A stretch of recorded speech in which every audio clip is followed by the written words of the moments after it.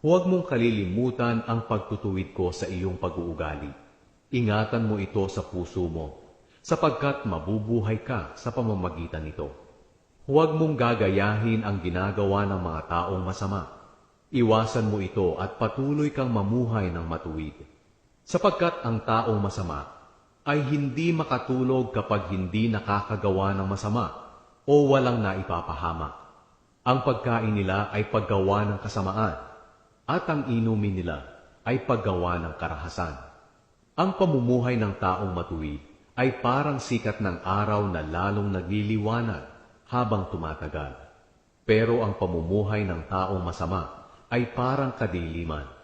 Hindi niya alam kung ano ang dahilan ng kanyang pagbagsak. Anak, pakinggan mong mabuti ang itinuturo ko sa iyo.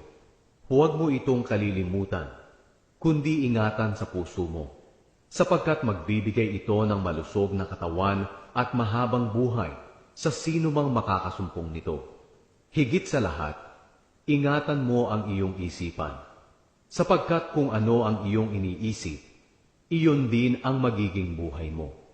Huwag kang magsalita ng kasinungalingan at walang kabuluhan.